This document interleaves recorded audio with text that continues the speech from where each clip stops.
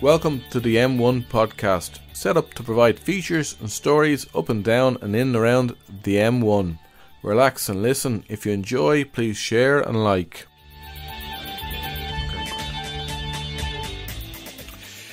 In this episode, we have focused on Louth and Meath, where we'll be discussing with Maria White, who's a candidate for Sinn Fein in the Laytown Bettystown area of County Meath, Cllr Emma Cutlip, who's a Labour candidate and councillor for the Drogheda Urban area, and also Cllr Emma Coffee for Fianna Fail in Dundalk South, and we'll be discussing their campaigns in their respective councils.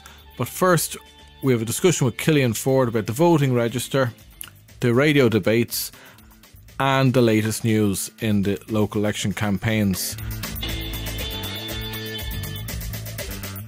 The local elections are coming up next week, Friday the 7th of June. I'm joined by Cillian Ford. In the last of our episodes on the local elections, Cillian is a former councillor for both Sinn Fein and Labour and has been discussing with me over this series the role of a councillor, the role of local authorities, and what it's like to be a councillor and a candidate. And then we've been discussing particular aspects of local government and how it's going to pan out in, for example, Fine Gael. And this week we're looking at Louth and Meath. And later in the episode, I'm joined by three candidates: Maria White, Sinn Fein candidate in Laytown Bettystown, Cllr Emma Cutlip in Drogheda, and Cllr Emma Coffee from Dundalk. And we'll be talking with them about their campaigns and candidacy. So, Cillian, two stories in the news about local government. Do you remember the Dublin riots? The Brazilian biker? I do, yeah. Brazilian biker, he intervened and he pushed the attacker, off the kids who he is attacking.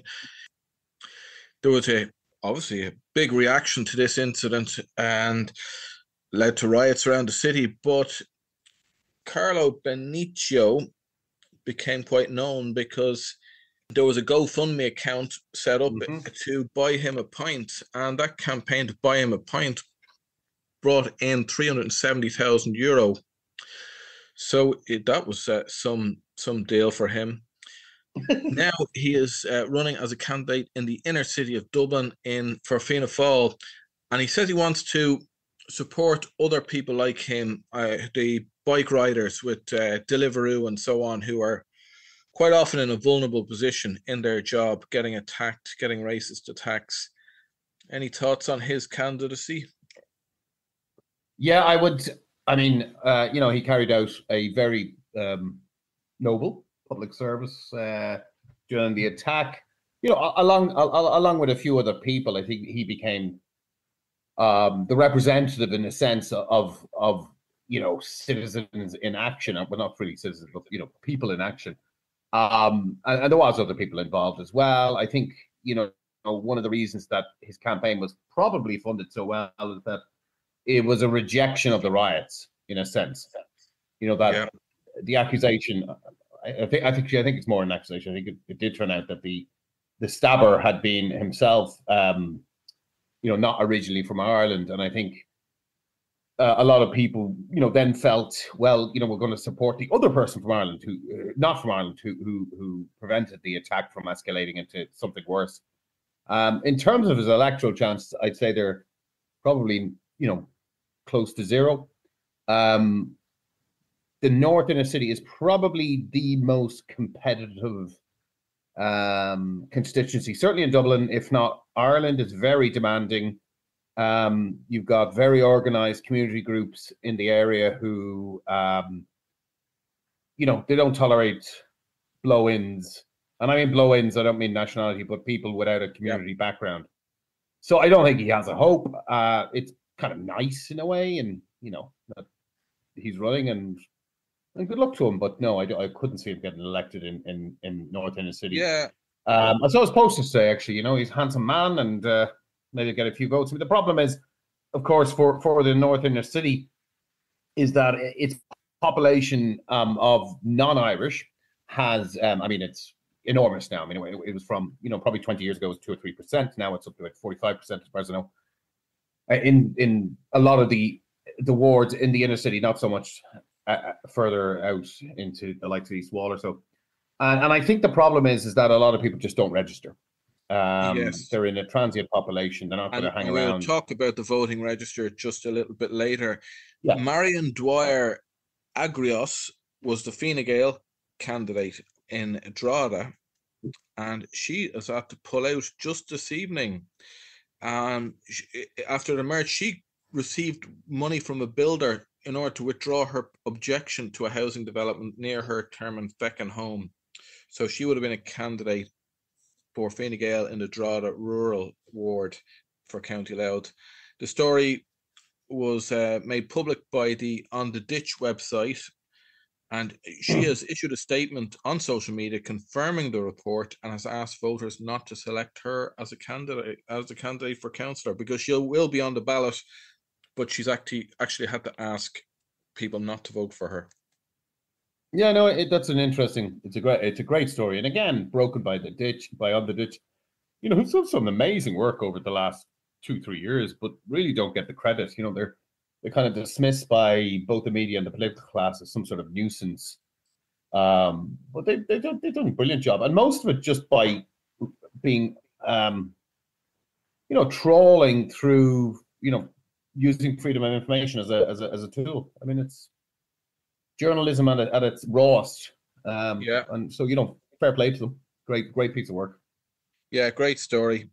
How did she have the nerve to actually go for council? I think she's very involved in the local Chamber of Commerce, and of course she is. Lions Club. Remember, we were talking last week about the far right and their possibilities in the local elections. The radio station LMFM are running a series of debates with candidates, and yesterday they had a candidate from Drogheda on, and I think he's standing for the Irish People's Party, which is different from Irish Freedom Party, or maybe could that have been a mistake from the point of view of the radio station? I'm not sure. Or is it further fragmentation of the right? I am not quite sure. I didn't think that there was going to be any candidates for Irish Freedom in Fine Gael, for example, but there is in Balbriggan, and there's another candidate declaring Ireland is full as well. So I was just listening to the debate, and I just want your perspective on this, because he was introduced and he talked about his reason for running was because he wanted an residential addiction centre in Drogheda. Very good cause. And because he cited his own experiences of addiction arising from post-traumatic stress disorder, arising from child abuse that he experienced between 6 years of age and 16. And then the interviewer, Michael Reid of LMFM, immediately started to ask him about his suitability as a candidate because of his criminal record. And then later we heard about his Ireland is full narrative as well, that he was also pushing immigrants out. And, he could have focused on that. I just thought it was wrong for him to focus on, let's say, his criminal convictions, because they were committed at a time when he was not well mentally and psychologically. Yeah, that's a fair point. I mean, I think if we're trying to encourage the reintegration of people in general, like I'm reluctant to use the word criminals, then there has to be a context on somebody's criminal activity, and if it was in the throes of addiction, I think we should give people more slack if they then stand for election, which is ultimately about working for not an awful lot of money. It's not a very glamorous job, it's not a very nice job.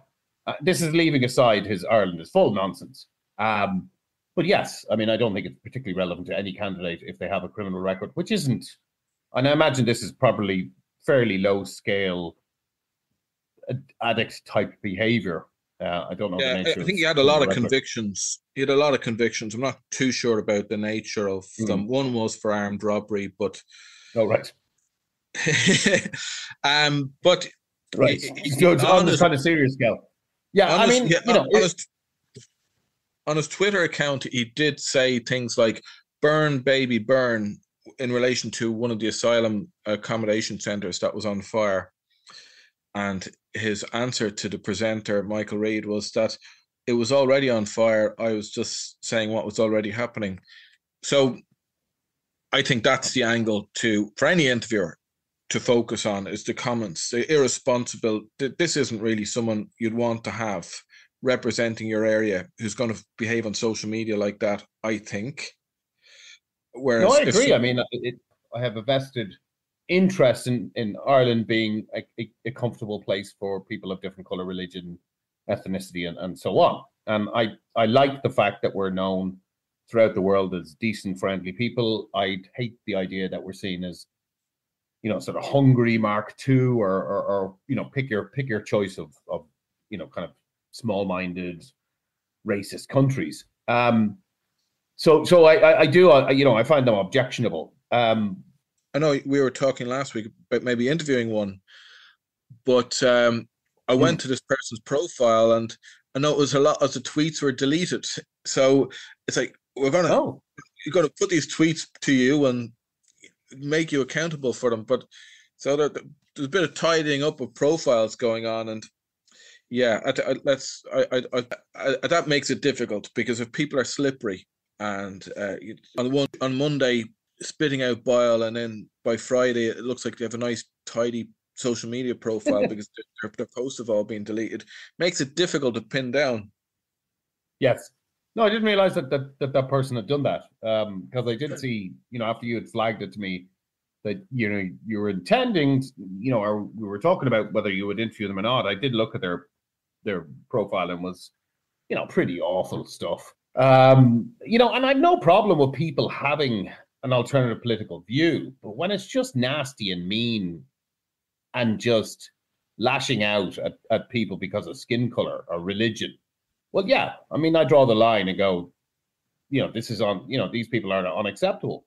And I hope enough people remain thinking that way. You know, even if they had a proposed solution to their grievance, that would be one thing, but they don't. I mean, it's just, you know, we're not taking any refugees, we're not doing this, shut down all the centres, house the Irish first. You know, it's just like, how's that going to actually work?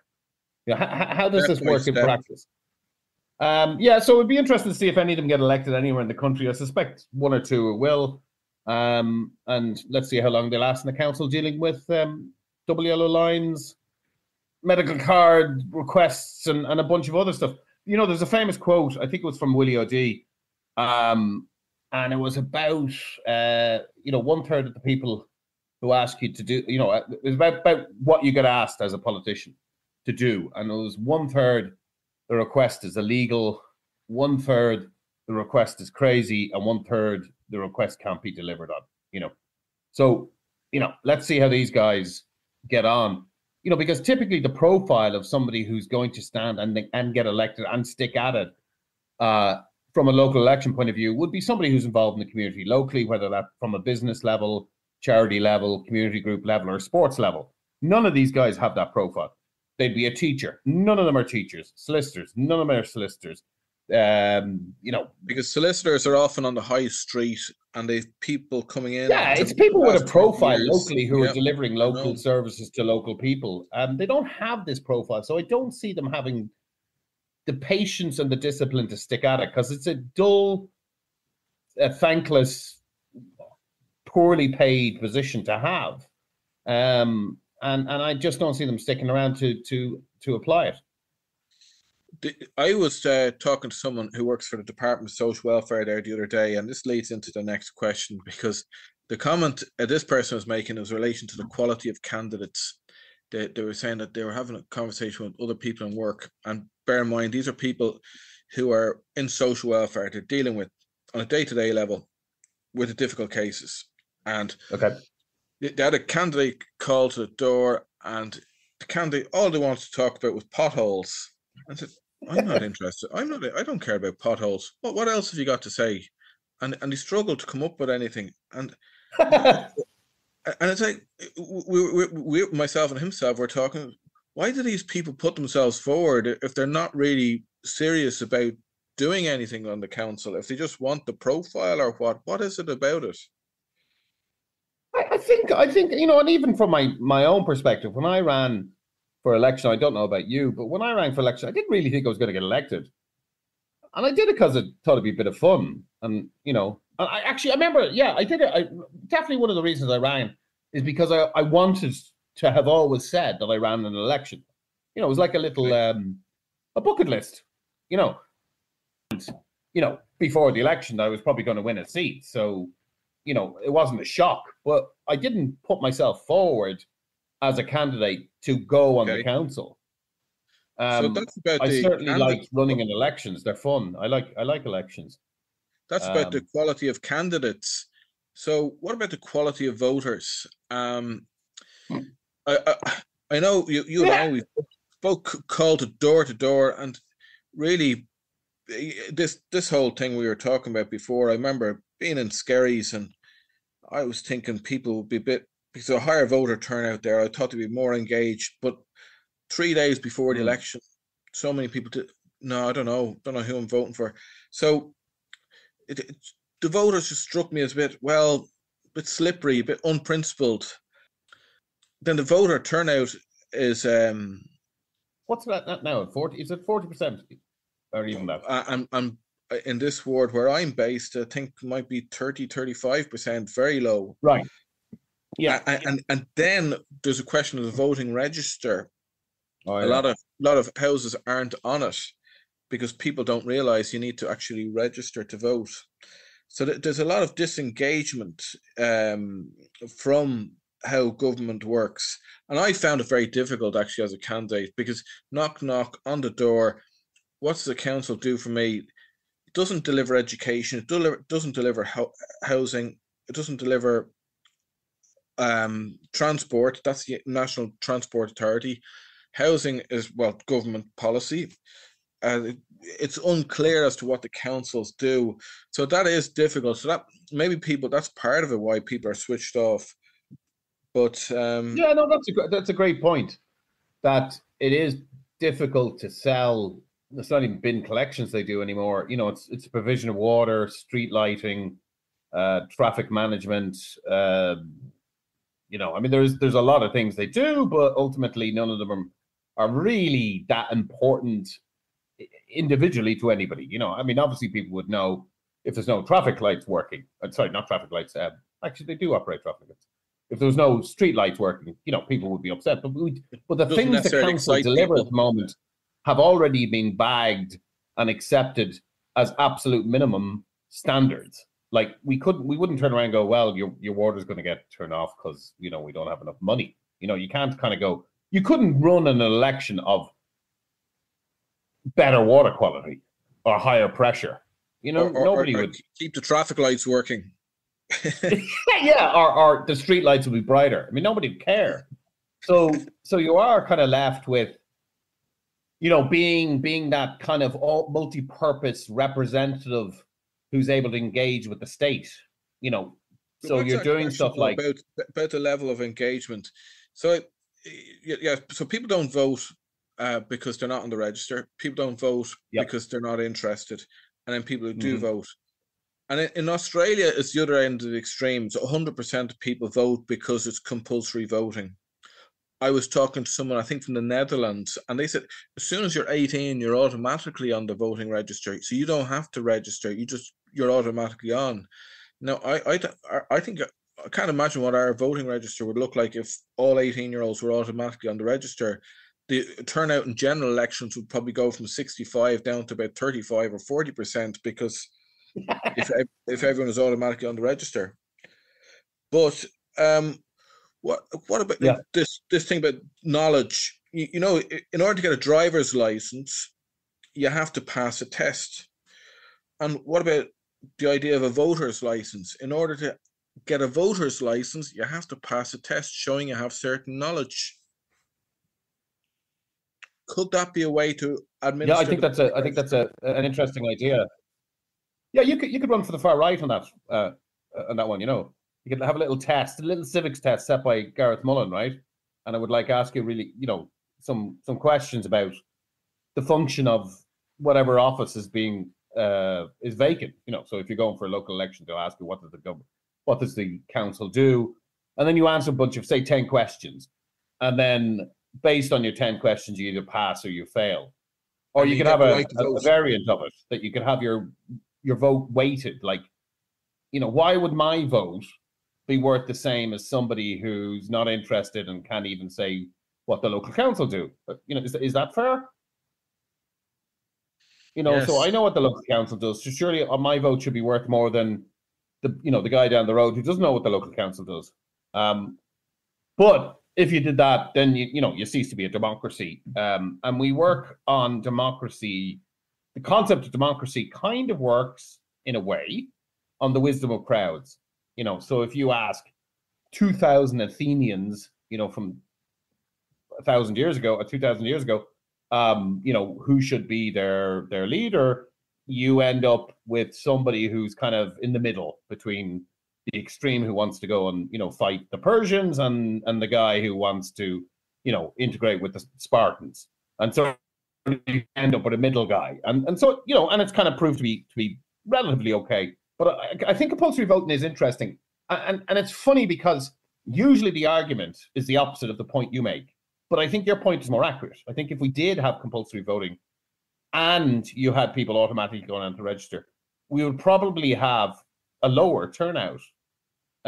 Because typically the only way you can make compulsory voting, you have to incentivize it. And I think in Belgium, how they do it is you get a fine, but nobody pays the fine. So say, for instance, you're on social welfare, who would be the least likely people to vote. There's kind of a pretty clear correlation between income and voting participation. Not the higher the income, but at a certain point, upper middle class are the most likely to vote. Lower working class are the least likely to vote. So if you have somebody on social welfare, they don't vote and they get, they're fined €10 in the next social welfare, and not handout, but the next social welfare payment, I'm not sure that would make any difference to them. I think with all these kind of policies is, once you start to change them, it's where do you draw the line as the question. So, yeah, it would be. I do kind of like the idea of some sort of test for voting. I'm just not too sure how you would do it in a way that doesn't not even so much fair, but just doesn't destroy. Maybe not straight away, but doesn't erode the concept of one man, one vote. Yeah, because in other countries, you have citizenship testing for people who come into the country. They have to show a certain amount of knowledge about how the system works. Yeah. But there's nothing that tests the existing people or the people who've come in new to the country about how government works.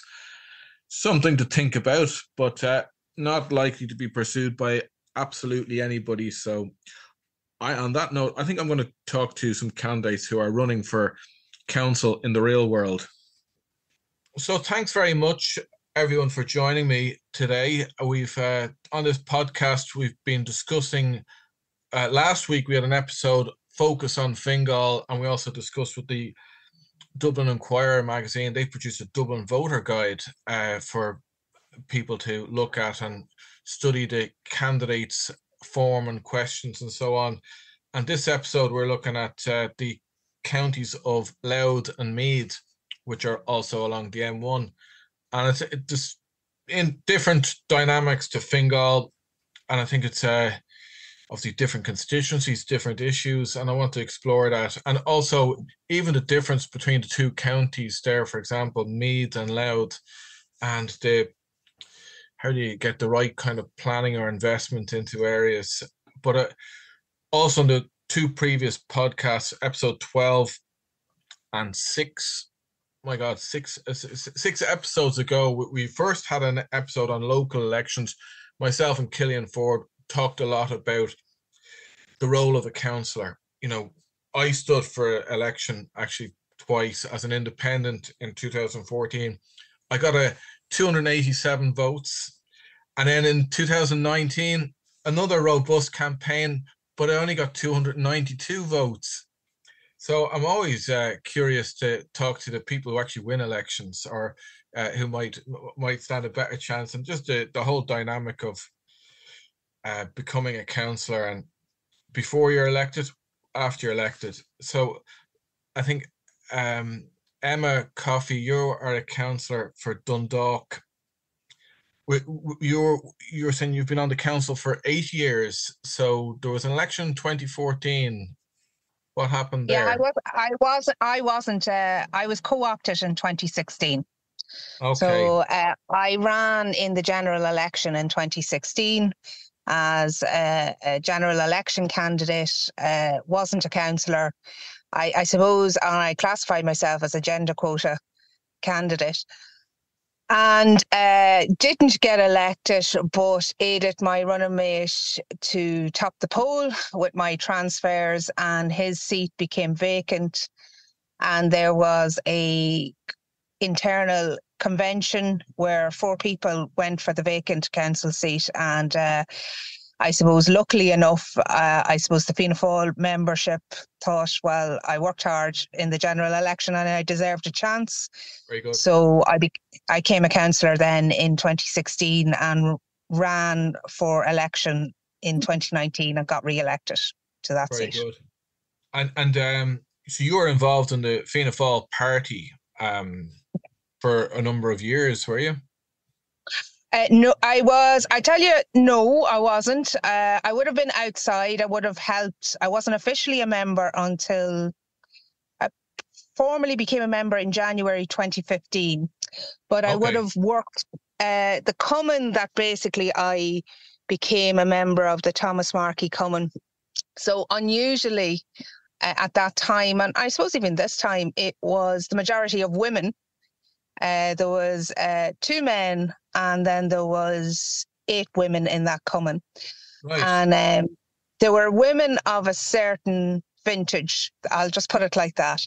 And they were great women, and the men were great. The men were very good, but the women would have always, I suppose, an approach was made to me pre-2014, would I run in 2013, would I've ran in local politics, and it just wasn't the right time for me personally.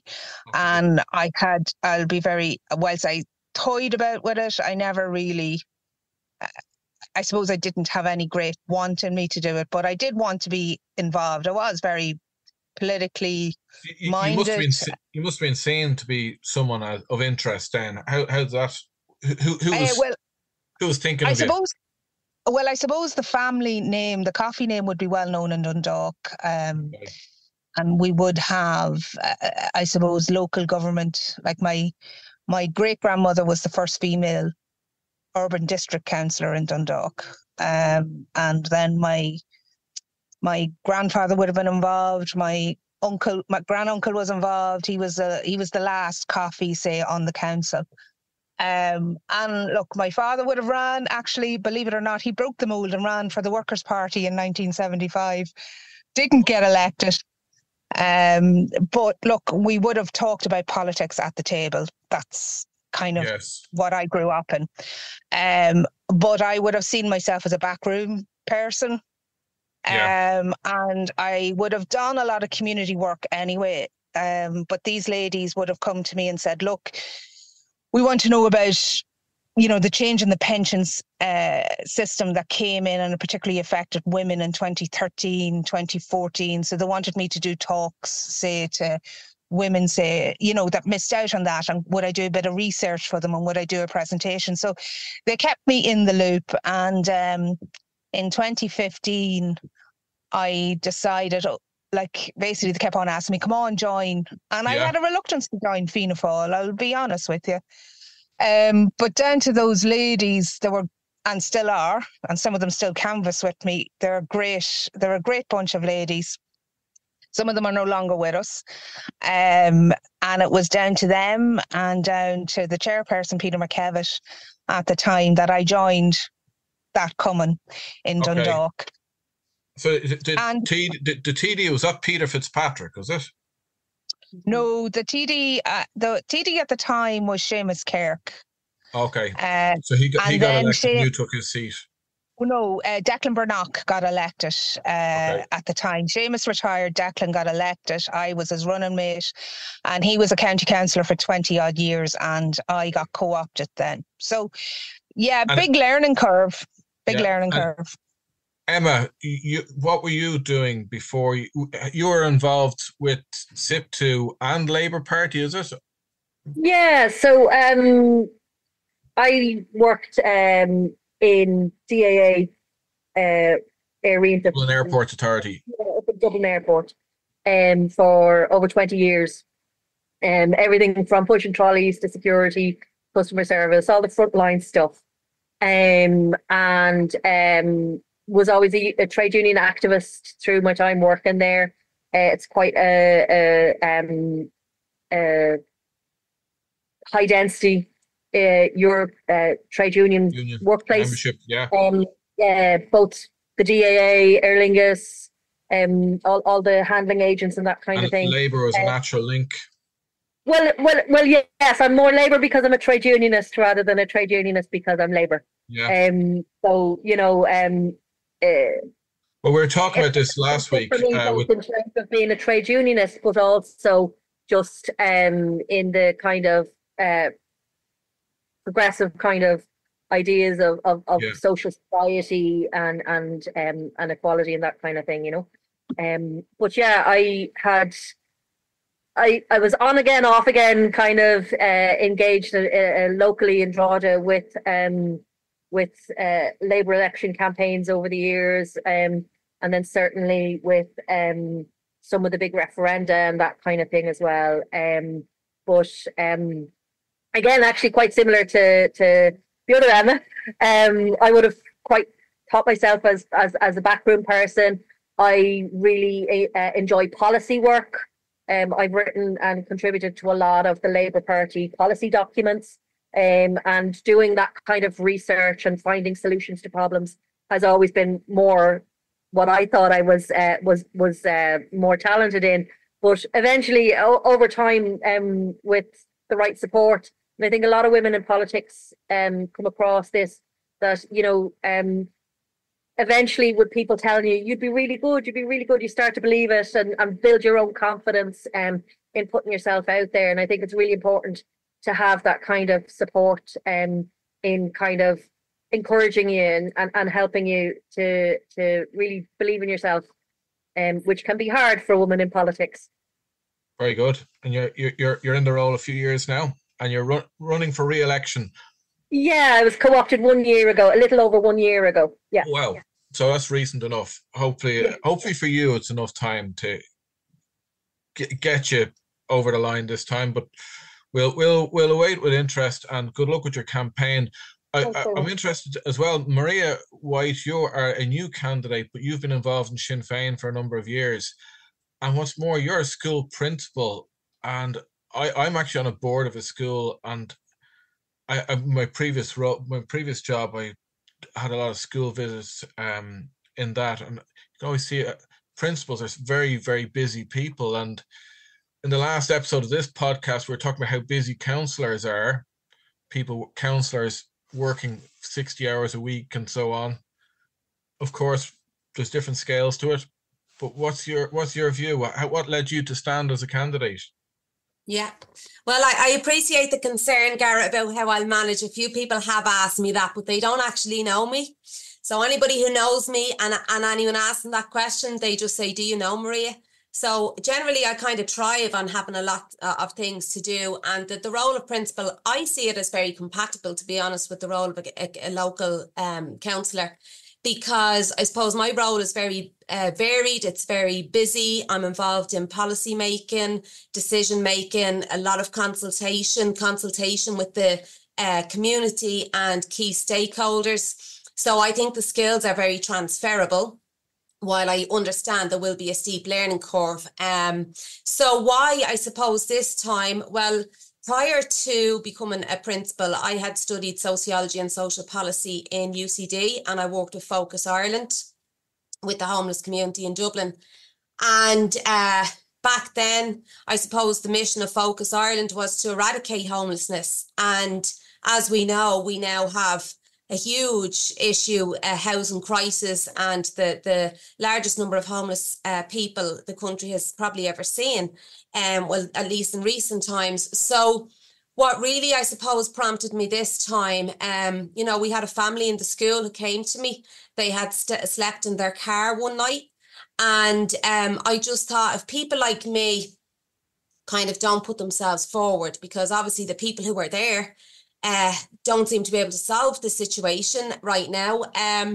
So if people like me kind of keep saying, no, how are things going to change? So it was kind of, I suppose, as a principal, your moral compass has to be pointing in the right direction. So that always stays with me, making decisions in the best interests of the children.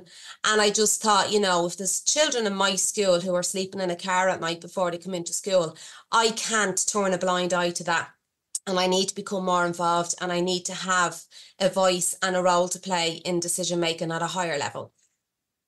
That's interesting. And it's interesting that you view it as a higher level, because it's like there's a role of, sometimes councillors talk about how little power they have as well. Like, and but well, I would see it as a kind of, I suppose, in terms of advocacy and raising awareness and raising issues and local issues, I would certainly have more of a voice as a councillor than I would as the principal.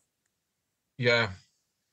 And if I know, actually, in obviously housing and home, I work for a housing association, but housing and homelessness is an issue throughout the country, and principals are going to be coming across all these issues in their course of their work. So it'll be an interesting new dynamic to your own being, I suppose. So like the three areas you're standing in, Drogheda, Dundalk and Laytown Bettystown, two different local authorities, but your three areas probably have more in common with each other than, say, Maria, you're the head office of Meath County Council is in Navan, and let's say someone is homeless, for example, and or whatever their issue is, how do they get to Navan? The only way to get there's no public transport routes, for example. The connections between Atboy and Laytown, they wouldn't be as strong, I suppose, as the connections, say, between Laytown, Bettystown and Drogheda, because Drogheda has rail, road and bus links and all the rest of it to the areas you might represent. I wonder what your perspective is on that, and on how to get Meath Council maybe to deliver for your area. Yeah. Well, I do think, Garrett, it is a challenge, because I suppose our community here, we do see Drogheda as our local town. We shop there, we socialise there, we go to the cinema, theatre, like we use the amenities in Drogheda. It takes 40 minutes to get to Navan if you have a car, and if you don't, and as you said, and I mean, there's many parents I know here, I had to do it myself. When my child was having an assessment, it was you know, once a week for a number of weeks going over to Navan, and it was quite difficult. So I suppose I would be counting on the councillors who are elected for this area to come together and really create a very strong shared vision as to what this community needs. Party politics aside, I think it is the job of councillors to represent the people in their community and do what is best for their community. And if the people elect you and give you that mandate, that's what you should do. So I think we need a strong voice for this area. We need a shared vision. And we need to be able to communicate that clearly, because I suppose there's 7 seats out of the 40 for this municipal area, and all 7 seats mightn't be, you know, given to or won by people from Laytown, Bettystown, Mornington. But, you know, I'm sure we're going to secure a good few of those 7. And the other councillors will be coming across the same issues I'm coming across. I mean, coastal erosion, flood prevention. Coastal erosion is a very big one here, you know, and we need to be sure that in Navan, they understand the seriousness of the situation. So I think coming together, consulting and having that shared vision will be very important going forward. And the Emma Coffee, you've been on the council a good number of years now. Well, 8. So that what Maria was talking about, I thought was interesting in talking about getting once you're elected, you come kind of allied to the councillors in your area, yet you're all standing for different parties. So, like, say you'd have the Sinn Fein team, for example, in Louth or Meath. You have the Fianna Fail team in Louth or Meath, Labour team in Louth or Meath, and then you have the ward boundaries. What's your perspective on that, Emma? Does allying with your colleagues in Dundalk, does that take precedent over the party?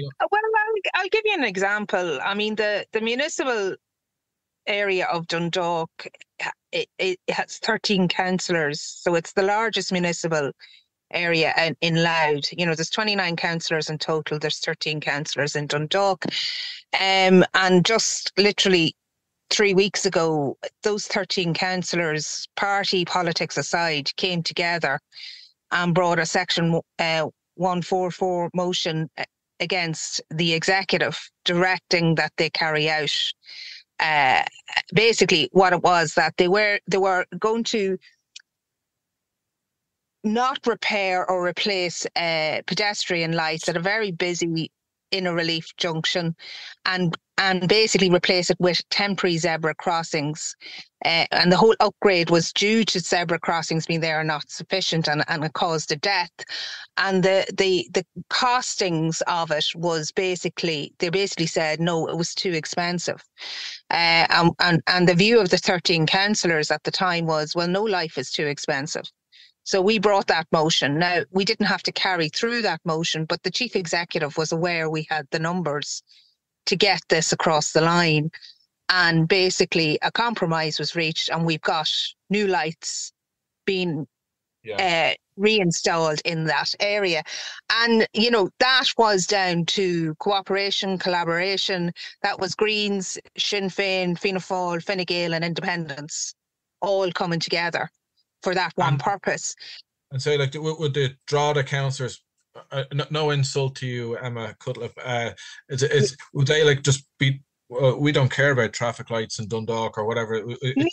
No, because we needed a majority. Now, we would have had the majority, but we rung around. So we rung around, like, basically, look, I think we're fortunate. Well, I was certainly fortunate in this term. I don't know if it was COVID or what, but there was very much a collaboration across the board in this term, I found, than say the 2016 up to 2019 term that I was involved in. And maybe that's because I was a bit green at that stage.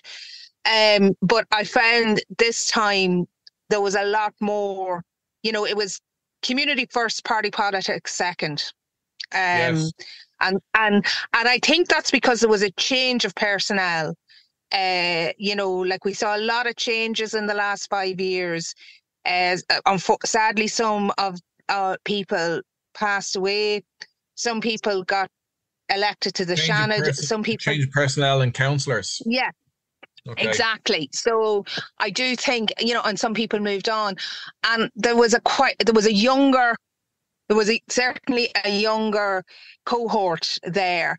Now that has its advantages and its disadvantages, because the experienced owl heads of how to get things through, you lose that, but at the same time you do have that intrepidation of, well, we're going to take this on and we're going to run with it and see what we can do. It's interesting to hear your perspective there, because when I was talking to Cillian Ford, he used to be a councillor with Sinn Fein and then Labour, and he was talking about this dynamic of, kind of sums up, kind of goes on from what we've been discussing so far, is just, it becomes like the party is actually the councillors and the opposition is the executive. It's, as opposed to it's your party, Sinn Fein versus Fianna Fail versus Fine Gael.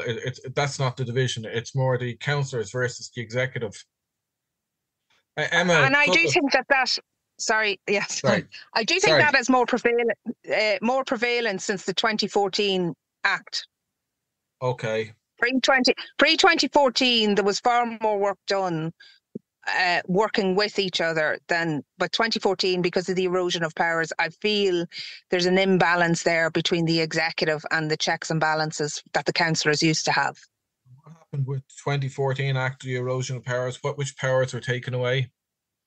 Well, basically the town councils were gone. Okay. Parts of 8s were watered down completely.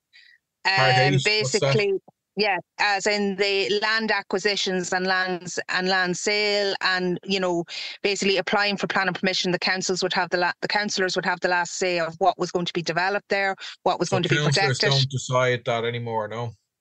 It is watered down now. It's very limited on it, and each year it's been watered down, and and there will always be a battle, I feel, between local government erosion and the public representatives there, and central government not releasing the powers that should be in local government. And that's interesting that you say that. And I think there's real challenges at local government. Emma Cutlip, I have to keep saying the surnames, because we have 2 Emmas and Anna Maria. 3 women, which is good too, to be talking to. The issue with Drogheda, we were talking about there recently, regeneration, a few episodes ago on the podcast.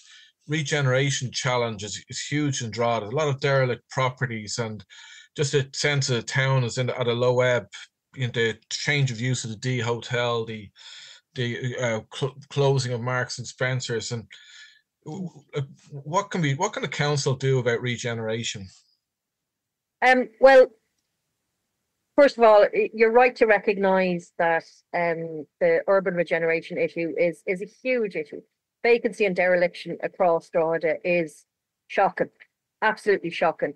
It's a very historic town, and some of the historic buildings are literally crumbling down onto the street level. Now, there are a number of things, minor things that councillors can currently do, one of which I managed to achieve just last September when we were passing our budget. Part of that process includes reviewing the local property tax and reviewing the development levy.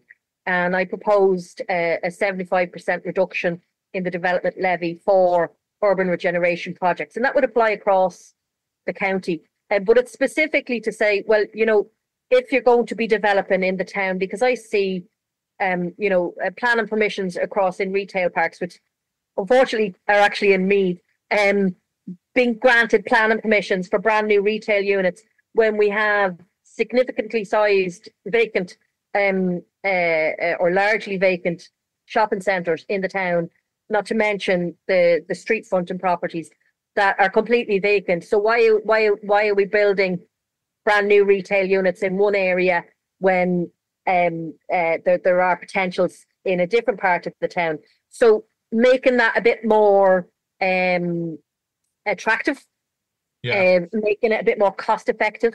Currently, although central government covers that development levy, but there's little things like that councillors can do. Unfortunately, as you say, with the dilution of powers of local government, there could be other things that councils could do, but is in the power of the executive, such as being free to compulsory purchase order on properties that have been left vacant and derelict. And while councillors can encourage the executive to target a particular property and do the searches and serve notice on the owners, etc., and go through the very lengthy, full of red tape process of doing compulsory purchase orders, it is something that's there available to the executive. Yeah, I think it would be great if on a national level there was more discussion about the local election campaign, because it does not, aside from seeing posters on lampposts, there's not much that has been said in the media. Local elections are generally considered as, well, what's this mean for who's going to get elected to government? Like if Sinn Fein have a good election in the local elections, we still have time. If Sinn Fein do well, then the talk will all be about not what they will do at local government level, but what's that mean for the general election. And I think for how our communities are and how they're structured and how they're resourced, the important thing is those are the important issues: regeneration or housing, education, school performance of schools, and so on. There's just not much discussion about the reform of local government, and that's the media aren't doing that, but the parties don't do that either. In terms of the public domain, like parties maybe issuing plans about what they'll do in local government. Anyone, any thoughts about that? Yeah, well, could I just sorry, two Emmas at the same time. Yeah. No, well, I know there is a working group at the moment, and they're taking submissions. There was public submissions. It's basically a working group committee on reform of local government. It's an Oireachtas committee. I know I made a submission into it from a personal capacity. I know the ALIG did. I know Lama did. And that's the alliance of. I can never get this. Basically, it's the councillors group. One is the local government. Yeah, within the Fianna Fail party, is it? No. This is councillors, representatives across all councillors.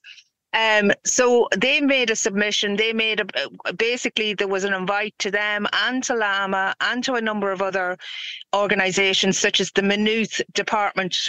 I just can't think of his name there. Who made submissions and actually came and spoke in front of the committee about reform of the local government. The only thing that caught on to the media about that, the national media, was that, councillor security, that people, safety. Yeah. And that was the only thing. That was the only thing that was that the national media caught on. It never spoke about the proposals put forward, the submissions put in. I'd like to come back to that point there that you're making, because one of the things I think, for example, local authorities should have control over is the ETBs, the Education Training Boards, because there are schools in local areas and usually have councillor representation. Why not bring them under the management of councils and make them more democratically accountable, or just organisationally aligned? Then you got aspects of community policing that could be brought into councils. There could be other reforms. Transport as well is such a difficult issue. Instead of having to defer to the NTA, which might be officials located in a far off place, and transport just getting in and around the place. As Emma or Maria, trying to get constituents to get to Navan. How do they do that? I don't know how they do that like that. And the council should be able to resolve that issue, but I don't think the structures are there to facilitate that at the moment. And it's such a lengthy process, Garrett, as well. Like, to go through the NTA. I mean, we've bus stops here, and we've beautiful new bus shelters where we don't have an actual bus route goes through, and where our bus routes are, we've no bus shelters. So, I mean, people living in the local community and representing the local community could deal with that a lot faster, and the planning would be so much more efficient if it was, as you were saying, rather than having to go through other bodies for these things. Yeah, it's a lot of statutory agencies that have been set up, and the councils could be doing that work instead. One thing, we're talking about regenerating Drogheda, and I think Dundalk probably has a similar issue. What I've noticed in Dundalk is there's boarded up properties there as well. A lot of space for brownfield and infill development. Is the regeneration issue as potent in Dundalk as Drogheda, do you think, Emma?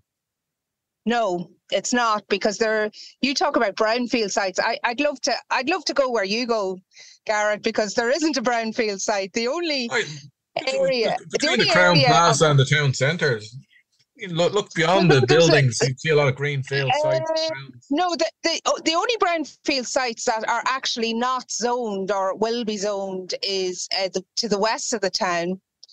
If you go up to Dundalk now, all those brownfield sites around the Crown Plaza are actually building works. They're being developed.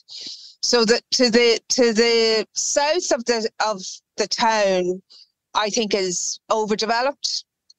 I think we need a secondary school there. Yeah. I think there is capacity issues on services.